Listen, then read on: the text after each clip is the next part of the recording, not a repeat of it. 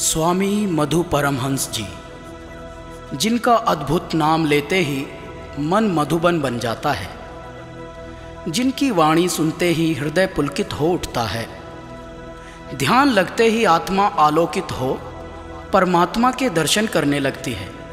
ऐसे श्री सतगुरु की महिमा का वर्णन कहाँ तक करें जो अनंत हैं। तो देश की दो बहुत बड़ी समस्या हैं, पॉपुलेशन एंड करप्शन। आपको मैं एक बात बताना चाहिए, ये बेसिक हो गई है। चाहे कितना भी शासन जोर लगा लेगा, करप्शन को नहीं मिटा पाएगा।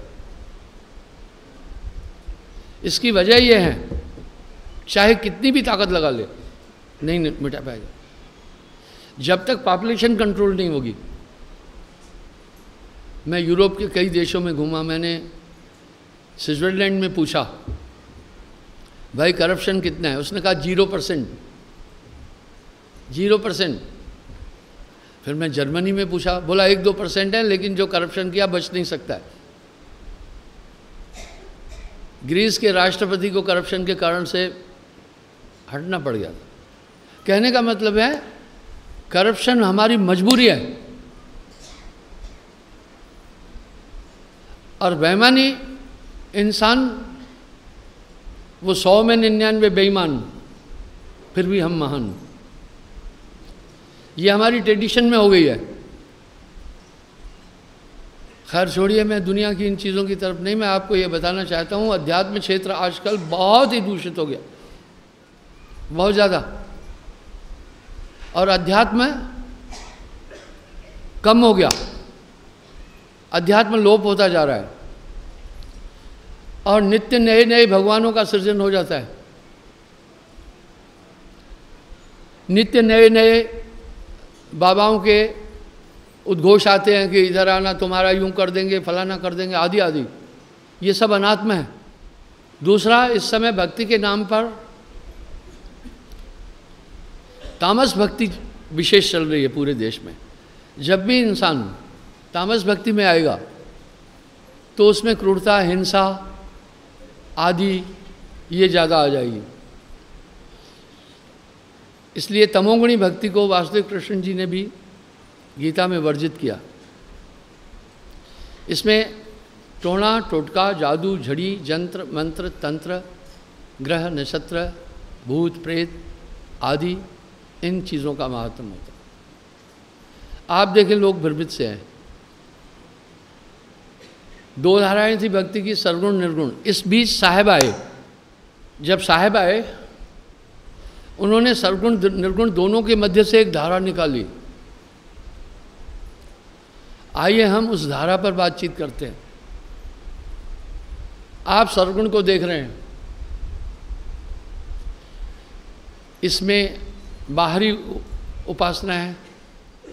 अगर आप इन पर गौर करेंगे तो वो सिर्फ एक आय का साधन है।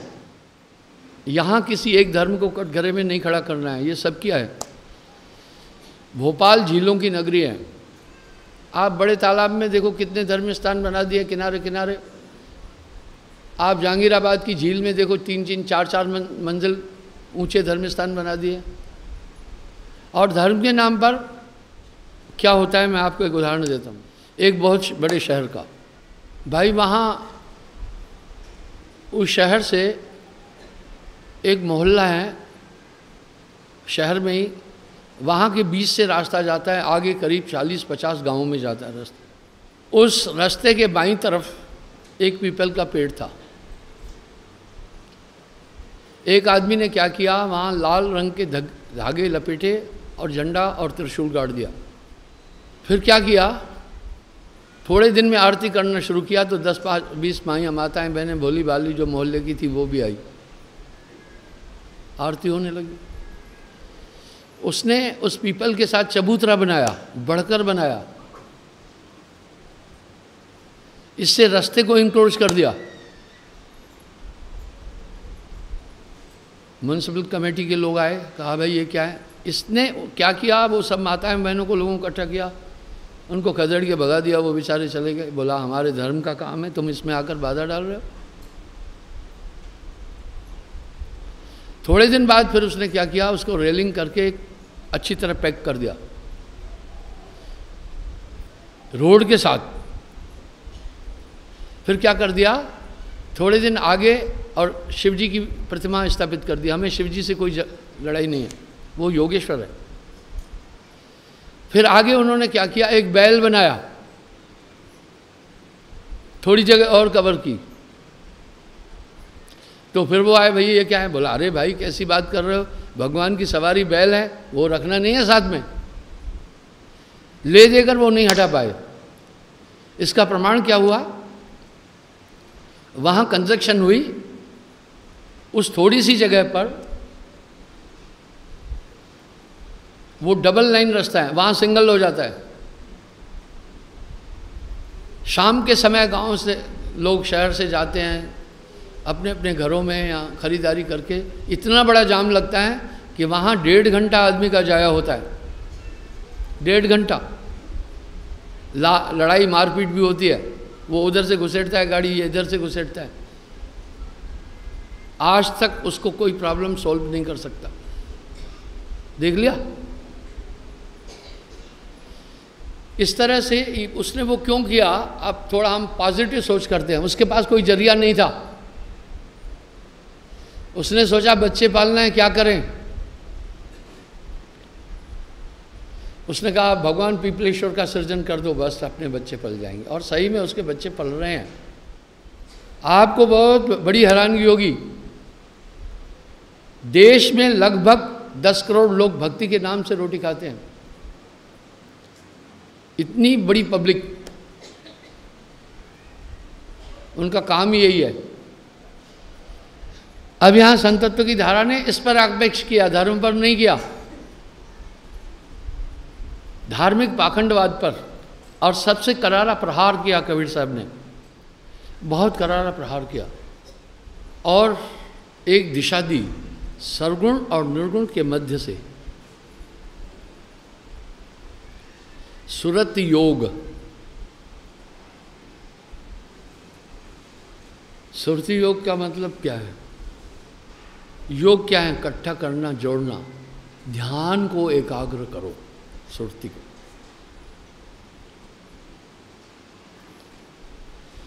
एक बात बड़ी सम्यक और सर्वमान्य है,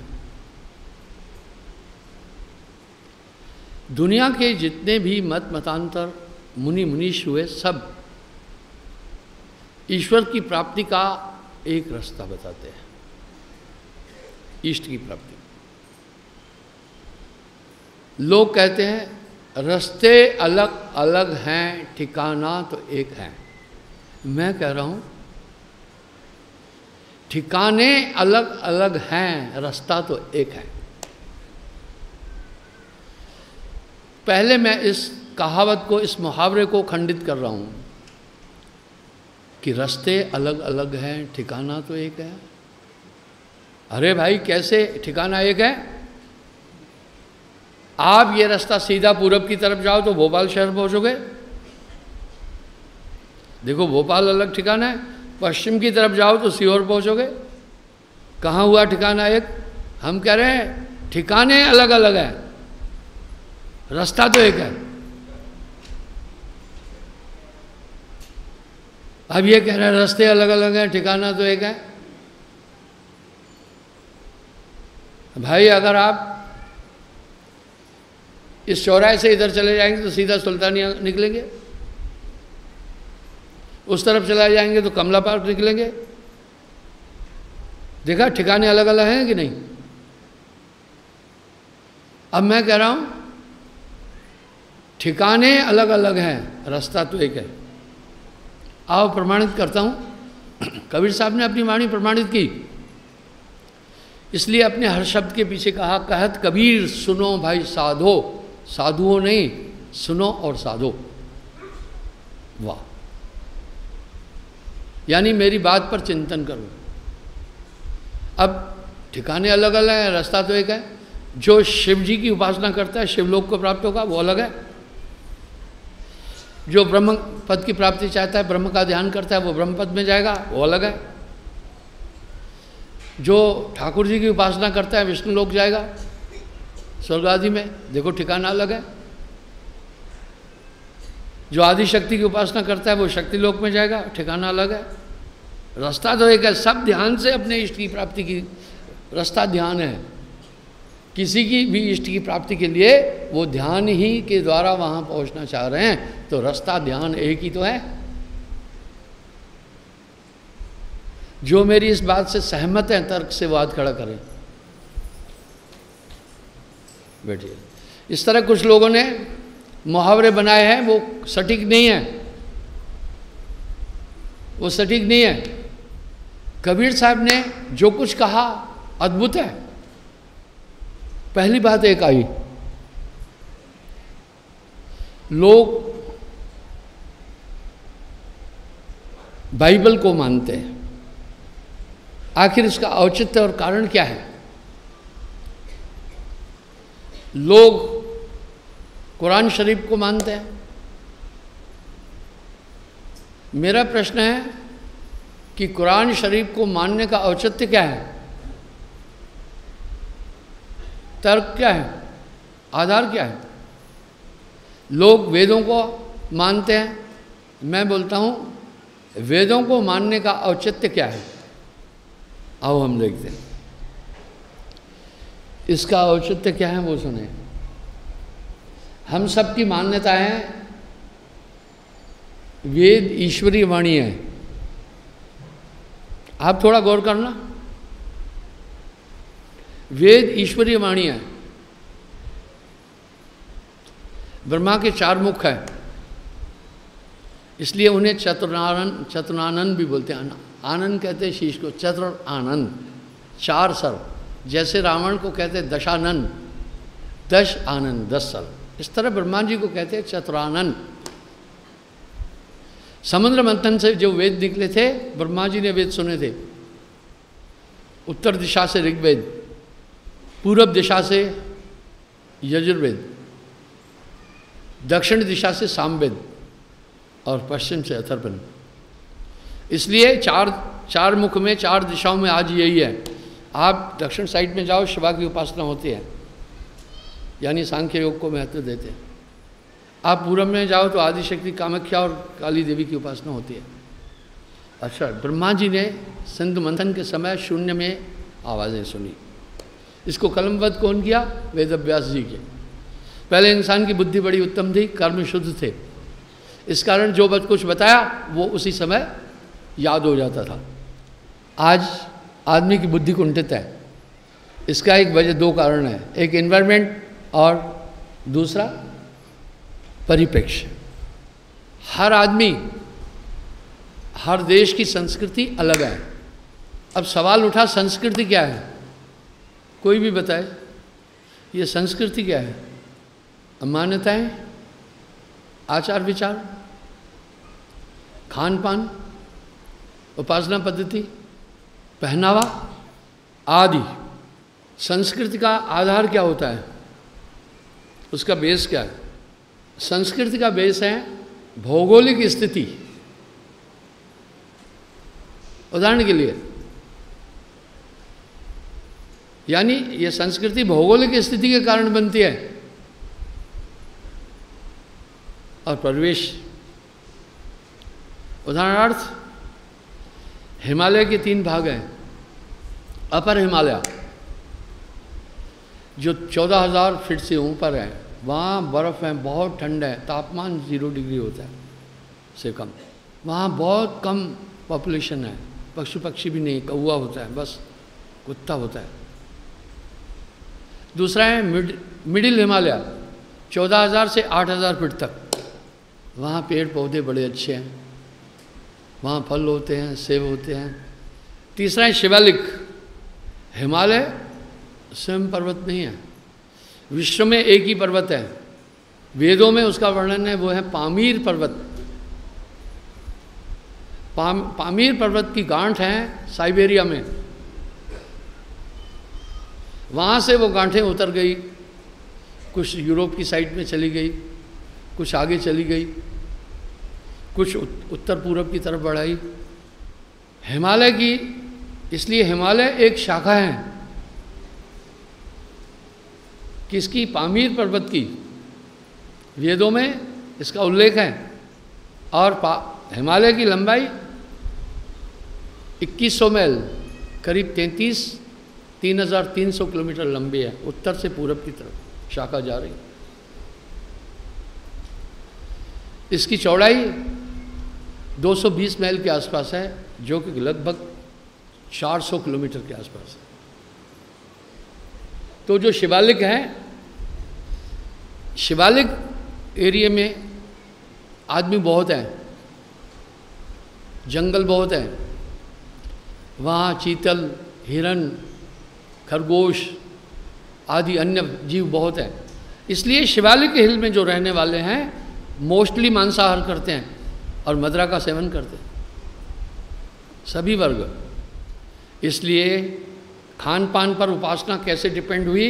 वो तामस भक्ति, शिवा की भक्ति करते हैं, वो वैष्णव भक्ति नहीं करते हैं।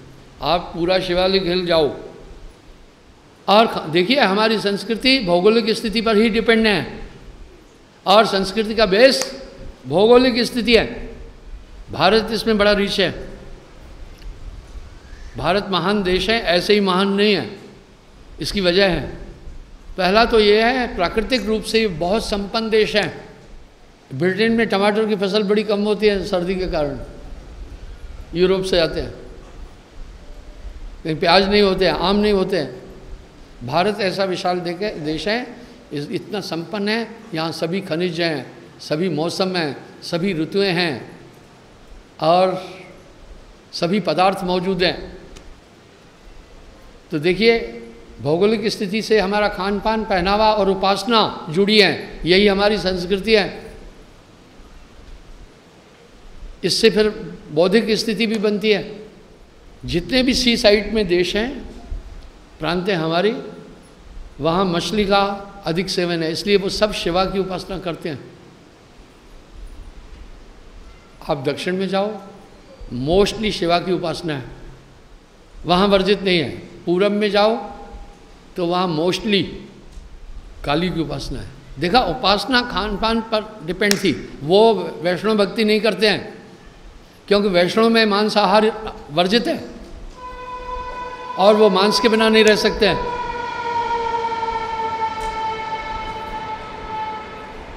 पहनावा भी, हमारा आचार विचार भी, भौगोलिक स्थिति, जहाँ घने वन है, आदमी तंदुरुस्त हैं और ऑक्सीजन भरपूर मिलती है, दिमाग उत्तम है। लोग हिमालय पर क्यों चले जाते थे? तपस्या करने के लिए इसलिए जाते थे। वहाँ प्रदूषण 0% था और इन्वायरमेंट शांत है, पशु पक्षी आदि भी नहीं है, कोई आवाज़ भी नहीं है। शिवजी कैलाश पर्वत पर क्यों रहते थे? वो योगेश्वर है, इसलिए 4 युग की समाधि करते थे। वहाँ पर एकदम किसी पक्षी की चहचहाहट नहीं है, कोई और साउंड नहीं है, एकदम एकांत है। यानी हमारी संस्कृति जो महान है, इसलिए ये देश महान है क्योंकि इसकी संस्कृति बहुत महान है। संस्कृति क्यों महान है? क्योंकि इसकी भौगोलिक स्थिति विशाल है। अजी आपको भारत में 12 महीने आम मिलेगा। आप बम्बई चले जाओ, बम्बई में आपको हापुस जनवरी में मिलना शुरू हो जाएगा। आप मध्य भारत यूपी में चले जाओ, आपको लंगड़ा आम जून तक मिलेगा। आप बंगाल की साइड में जाओ, मालदा आम बड़ा वाला आपको अक्टूबर तक मिलेगा, सितंबर अक्टूबर तक मिलेगा। मटर मोस्टली ठंड में होते हैं, यहाँ हमारे यहाँ दिसंबर में मटर खत्म हो जाते हैं। आप देख रहे हैं ना, ले से 100-150 गाड़ी मटर रोज आते हैं। वहाँ अप्रैल में बर्फ़ पिघलती है, मटर ही मटर, 12 महीने मटर मिल रहे हैं हमें। इस तरह यातायात के साधन भी बड़े उपयुक्त हैं। किसी भी राष्ट्र का विकास उसके यातायात के संसाधन, स्वस्थ चिकित्साओं को, शिक्षा पद्धति को और अपना रेल आगमन का, ये सब चीज़ें देखकर तो भारत एक विशाल देश है। और यहाँ की संस्कृति महान क्यों है? इस धर्म के सिद्धांत है। ये क्यों महान धर्म है हमें समझना है। किसी धर्म की उपेक्षा नहीं कर रहा हूँ। इसके 2 सिद्धांत हैं, सत्य और अहिंसा।